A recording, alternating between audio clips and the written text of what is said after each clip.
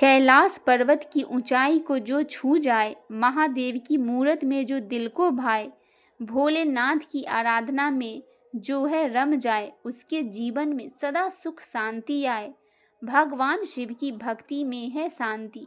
मैं तो बस एक हूँ फकीर, मेरे महादेव ने मेरी बदली है तकदीर। हर हर महादेव, जय शिव शंकर। आइए सुनते हैं सावन महात्म्य का 9वां अध्याय, शुक्रवार व्रत की कथा। शिवजी बोले, हे सनत कुमार, अब मैं तुम्हें शुक्रवार व्रत की कथा सुनाता हूँ। ध्यान पूर्वक सुनो, क्योंकि उसके श्रवण मात्र से ही प्राणी मरणोपरांत भव बंधन से मुक्त हो जाता है। पूर्व काल में पांड्य वंश में सुशील नामक एक राजा हुआ था। वह रूपवान, बलशाली एवं 64 कलाओं का ज्ञाता और धनुर्विद्या में निपुण था। उसने पुत्र प्राप्ति के अलावा अन्य किसी प्रकार का दुख नहीं था। उसने पुत्र को प्राप्त करने के लिए बहुत प्रयत्न किए, परंतु वह सफल न हो सका। उसकी पत्नी का नाम सुकेशी था। वह रूपवती, गुणवती थी। वह प्रजा को पुत्रवत के रूप में प्यार करती थी, परंतु पुत्र के अभाव में वह भी अत्यंत दुखी रहती थी। वह अनजाने ही अपने पेट पर कपड़ा बांधकर गर्भवती होने का भ्रम पालती रहती थी। उसी काल में उसने अपने पुरोहितनी को देखा, जो वास्तव में गर्भवती थी।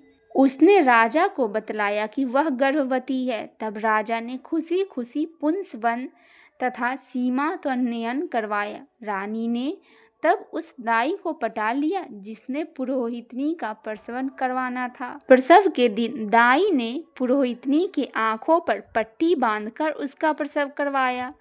पुरोहितानी ने इस कपट को नहीं जानती थी। उससे उत्पन्न हुए पुत्र को दाई ने नौकरानी की मदद से रानी के पास पहुंचा दिया। उसने जो अपने साथ मांस का पिंड लाई थी, वह पुरोहितनी के पास रखकर उसकी पट्टी खोलकर कहा कि तुम्हें तो यह अरिष्ट हुआ है। उधर उसने राजा को बतलाया कि उसके पुत्र पैदा हुआ है। उस नाटक के बारे में किसी और को पता न चलने दिया। दाई का मुंह रानी ने धन देकर बंद करवा दिया था। शिव बोले, हे सनत कुमार, अब राजा को जब रानी के कथनानुसार पुत्रों की प्राप्ति हुई तो समाचार मिला तो वह बड़ा प्रसन्न हुआ। पहले उसने जात कर्म करवाया, तदंतर ब्राह्मणों को भांति भांति दान दिए, बंदियों को कारागार से मुक्त करवा दिया, नामांकन संस्कार विशाल रूप में करवाया। राजा ने राजकुमार का नाम प्रियव्रत रखा। उधर पुरोहितानी ने शुक्रवार के दिन सावन मास में जीवंतिका नाम का पूजन करवाया। उसने दीवार पर जीवंतिका की मूर्ति बनवाई, पुष्पों आदि से उसकी पूजा की और 5 दीप जलाकर गेहूं के आटे का दीप बनाकर प्रज्वलित किया और गेहूं के आटे को देसी घी में पकाकर भोजन करती थी और भगवान शिव की प्रार्थना करती कि हे महादेव, मेरा पुत्र जहाँ कहीं भी हो उसकी रक्षा करना, क्योंकि वह जानती थी कि दाई ने उससे छल किया है। कथा के पश्चात वह प्रभु का नमन करती। बहुत दिनों तक वह ऐसा ही करती रही। जीवंतिका की कृपा से वह बालक दूज के चांद के समान धीरे धीरे बढ़ने लगा तथा पुरोहितनी की भक्ति और श्रद्धा से प्रभावित हो जीवंतिका दिन रात उस बालक की रक्षा करती रही। कुछ समय बीतने पर राजा का देहांत हो गया। राजकुमार ने श्रद्धा भाव से लौकिक क्रियाएं पूरी करवाई। मंत्रियों ने राजपुत्र को राज्याभिषेक किया। राजकुमार राज्य का भार वृद्ध मंत्री को सौंप पितृ ऋण से उत्तीर्ण होने के लिए गया की ओर चले गए।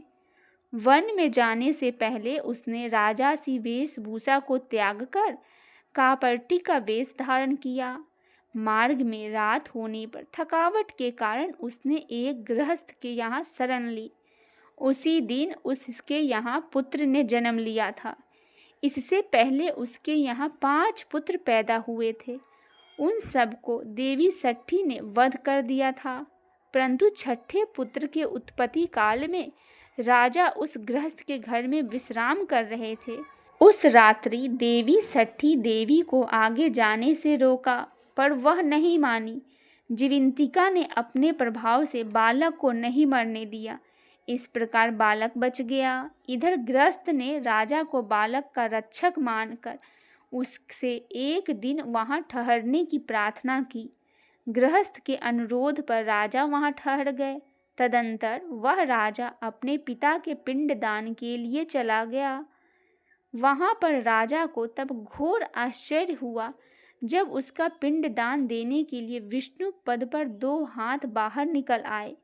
राजा यह देखकर अचंभित हुआ। ब्राह्मण की आज्ञा अनुसार राजा ने विष्णु पद को पिंडदान कर दिया। तब राजा ने इस दैवी चमत्कार के बारे में एक विद्वान ब्राह्मण से पूछा, तो उसने बतलाया कि हे नरेश, यह दोनों हाथ आपके पिता के हैं। इसका कारण आप घर जाकर अपनी माता से पूछना। राजा दुखी चिंतित हो घर की ओर चल पड़ा। मार्ग में वह फिर उसी गृहस्थ के यहाँ ठहरा। इस बार उस गृहस्थ के यहाँ दूसरे पुत्र 7 वर्ष का वध करने षष्ठी वहां आई थी। जीवंतिका ने उसे फिर वध करने से रोक दिया। जब षष्ठी देवी ने जीवंतिका से पूछा, हे जीवंतिका, तू क्यों इस गृहस्थ के पुत्रों को बचा रही है? तेरा क्या प्रयोजन है? इसकी माँ कौन सा व्रत करती है जो तू इनकी रक्षा कर रही है? राजा नींद का बहाना कर उन दोनों का वार्तालाप सुन रहा था।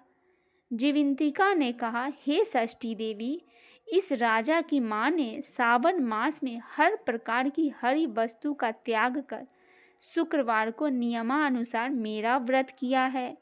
इस राजा की माँ ने उस दिन हरा वस्त्र धारण किया, हरे रंग की चूड़ियाँ नहीं पहनी, चावल का धोवन जल का उल्लंघन नहीं किया, ना ही हरी सब्जी खाई और हरे पत्ते के मंडप के नीचे भी नहीं बैठी। उसने उस दिन सब कुछ मेरी खुशी के लिए किया, इसीलिए अब मैं उसकी खुशी के लिए उसके और उसके बालक की रक्षा कर रही हूँ। अगले दिन राजा अपने नगर में वापस गया। उसने उस विचित्र गाथा को अपनी माँ को सुनाया और पूछा, हे माता, क्या आप जीवंतिका का वध करती थी? उसने उत्तर दिया, पुत्र, मैंने जीवंतिका व्रत के बारे में तो कुछ भी नहीं जानती और ना ही मैंने कभी यह व्रत किया है। अब राजा को माता पर संदेह हुआ। उसने संदेह निवारण के लिए गया यात्रा का फल प्राप्त करने हेतु ब्राह्मणों तथा सुहागिनियों को भोजन कराने की इच्छा जाहिर की तथा सुहागिनी ब्राह्मणों को घर हरे रंग का सामान परीक्षा लेने के लिए भिजवा दिया। राजा के दूत ने उनको राजमहल में भोजन के लिए आमंत्रित किया, परंतु पुरोहित की पत्नी ने राजदूत से हरे रंग का कोई भी सामान लेने से इनकार कर दिया। राजा ने फिर दूत द्वारा लाल रंग का सामान, वस्त्र और आभूषण आदि पुरोहित की पत्नी के घर भिजवाया, तो उसने ग्रहण कर लिया। तब वह राजा के घर भोजन के लिए गई। वहां पर उसने एक द्वार पर चावल का धोवन और हरे रंग का मंडप देखा, तो वह दूसरे द्वार से महल में गई। यह देखकर राजा ने पुरोहित से इसका कारण पूछा, तो वह बोली, वह अपने पुत्र की रक्षा हेतु शुक्रवार का व्रत करती। राजा, जो कि वास्तव में पुरोहितिन का ही पुत्र था, देखकर उसकी छाती से दूध की धारा बहने लगी। गया में देखी विचित्र कथा तथा पुरोहितिन स्तनों से बहते दूध को देखकर राजा को विश्वास हो गया कि वह वास्तव में पुरोहित का ही पुत्र है और उसकी माँ कपटी औरत है।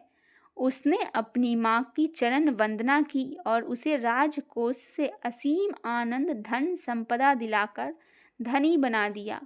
एक रात्रि को स्वप्न में राजा ने जीवंतिका से पूछा कि हे भद्रे, मेरे पिता तो जीवित है, तब गया में विष्णु पद में मुझे 2 हाथ क्यों दिखाई दिए? देवी ने राजा को स्वप्न अवस्था में कहा, हे राजन, तुम्हें विश्वास में लाने के लिए ही मैंने रचा था यह।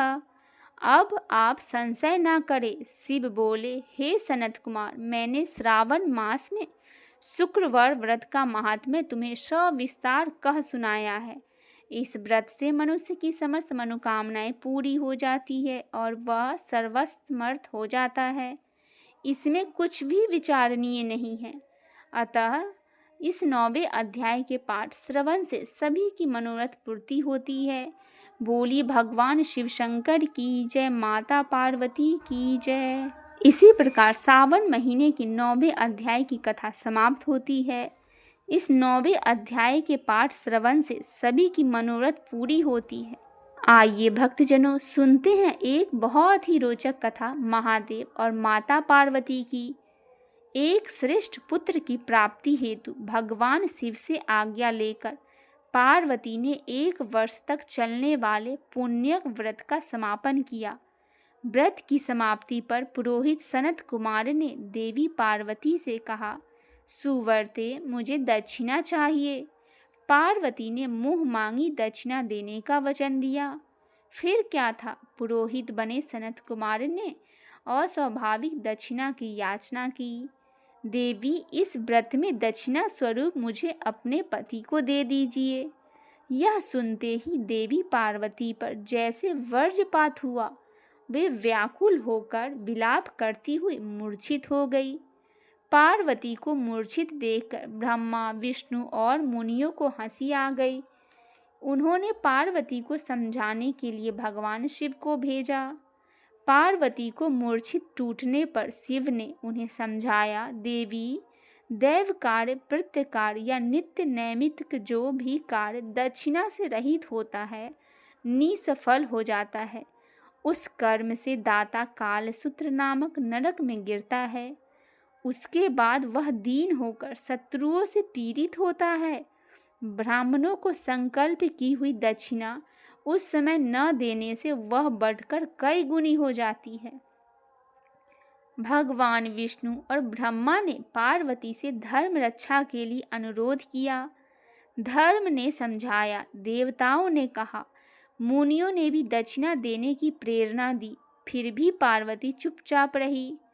तब सनत कुमार ने कहा, शिवे, या तो आप मुझे दक्षिणा में अपने पति को प्रदान कीजिए या अपने दीर्घकालीन कठोर तप का फल भी त्याग दीजिए।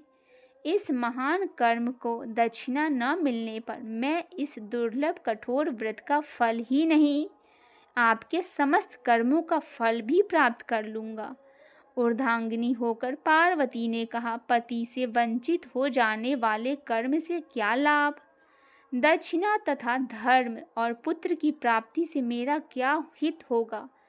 पृथ्वी देवी की उपेक्षा कर वृक्ष की पूजा करने से क्या प्राप्त हो सकेगा? साध्वी स्त्रियों के लिए पति 100 पुत्रों के समान होता है।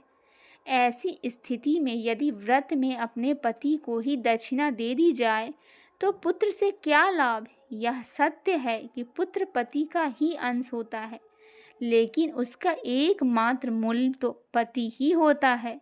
मूल धन के नष्ट होने पर समस्त व्यापार विनष्ट हो जाता है। उसी समय आकाश में देवताओं और ऋषियों ने एक रथ निर्मित रथ देखा जो पार्षद से घिरा था। उस रथ से श्री नारायण उतरकर देवताओं के सम्मुख उपस्थित हुए। उन श्री नारायण को ब्रह्मा, विष्णु और शिव ने रत्न सिंहासन पर बिठाकर उन्हें प्रणाम किया और हाथ जोड़कर गदगद कंठ से स्तुति की। वहाँ का सारा वृतांत जानकर श्री नारायण ने कहा, शिवप्रिया, पार्वती का यह व्रत लोक शिक्षा के लिए है, अपने लिए नहीं, क्योंकि ये तो स्वयं समस्त व्रतों एवं तपस्याओं का फल प्रदान करने वाली है। इनकी माया से ही चराचर जगत मोहित है। फिर उन्होंने पार्वती को संबोधित कर कहा, शिवे, इस समय तुम महादेव जो कि दक्षिणा में देकर अपना व्रत पूर्ण कर लो, फिर समुचित मूल्य देकर अपने जीवन धन को वापस ले लेना। गौओं की भांति वे विष्णु के शरीर में हैं, अतः तुम ब्राह्मण के गौ मूल्य प्रदान कर अपने पति को लौटा लेना। यह कहकर वह अंतर्ध्यान हो गए। तब पार्वती प्रसन्न मन से अपने प्राण सर्वस्व को दक्षिणा में देने के लिए तैयार हो गई। उन्होंने हवन की पूर्णाहुति दी और अपने जीवन नाथ शिव को दक्षिणा के रूप में दे दिया। इसके बाद उन्होंने पुरोहित सनत कुमार से निवेदन किया, हे विप्रवर, गौ का मूल्य मेरे पति के बराबर है, मैं आपको अत्यंत सुंदर 1,00,000 गौएं प्रदान करूंगी। इसके बदले में आप मेरे जीवन सर्वस्व को लौटा दे। प्राणनाथ के मिल जाने पर मैं पुनः ब्राह्मणों को विपुल दक्षिणाएं प्रदान करूंगी। तब सनत कुमार ने पार्वती जी से कहा, देवी, मैं ब्राह्मण हूँ, मैं 1,00,000 गौएं को लेकर क्या करूँगा? इस दुर्लभ रतन के समान 1,00,000 गाय की क्या तुलना है? मैं इन्हें साथ में लेकर त्रिलोक में भ्रमण करूँगा। उस समय समस्त बालक इन्हें देखकर प्रसन्नतापूर्वक ताली बजा बजा कर अट्टहास करेंगे। कहने के साथ ही सनत कुमार भगवान शिव को अपने पास बिठा लिए। यह सुनकर पार्वती जलहीन मछली की भांति छटपटाने लगी। उन्होंने मन ही मन सोचा, कैसा दुर्भाग्य है मेरा कि मुझे ना तो अवशिष्ट देव का ही दर्शन हुआ और ना ही व्रत का फल प्रदान हुआ। अधीर होकर वे अपने प्राण त्यागने के लिए प्रस्तुत हो गई। आकाशमार्ग उसी समय आकाश में तेज समूह प्रकट हुआ। उस तेज समूह को देखकर पार्वती ने उससे अपने ऊपर दया करने को कहा और उस मुह तेज रसी के मध्य विश्वमोहन श्री कृष्ण स्वरूप का दर्शन किया। ऐसे भावनु मोहन अनूप रूप को देखकर भगवती पार्वती उसी के सदृश पुत्र की कामना करने लगी। उसी क्षण उन्हें वह वर भी प्राप्त हो गया। तदंतर वह तेज वहीं तिरोहित हो गया। तब देवताओं ने ब्रह्मपुत्र सनत कुमार को समझाया कि सनत कुमार ने दिगंबर शिव को उनकी प्राणेश्वरी पार्वती को लौटा दिया जाए। इस प्रकार इस कथा की समाप्ति होती है। बोलिए भगवान शंकर और माता पार्वती की जय हो। आशा करती हूँ मेरे द्वारा दी हुई यह कथा आपको पसंद आई होगी। पसंद आए तो चैनल को सब्सक्राइब, वीडियो को लाइक और शेयर अवश्य करें। हर हर महादेव, जय शिव शंकर।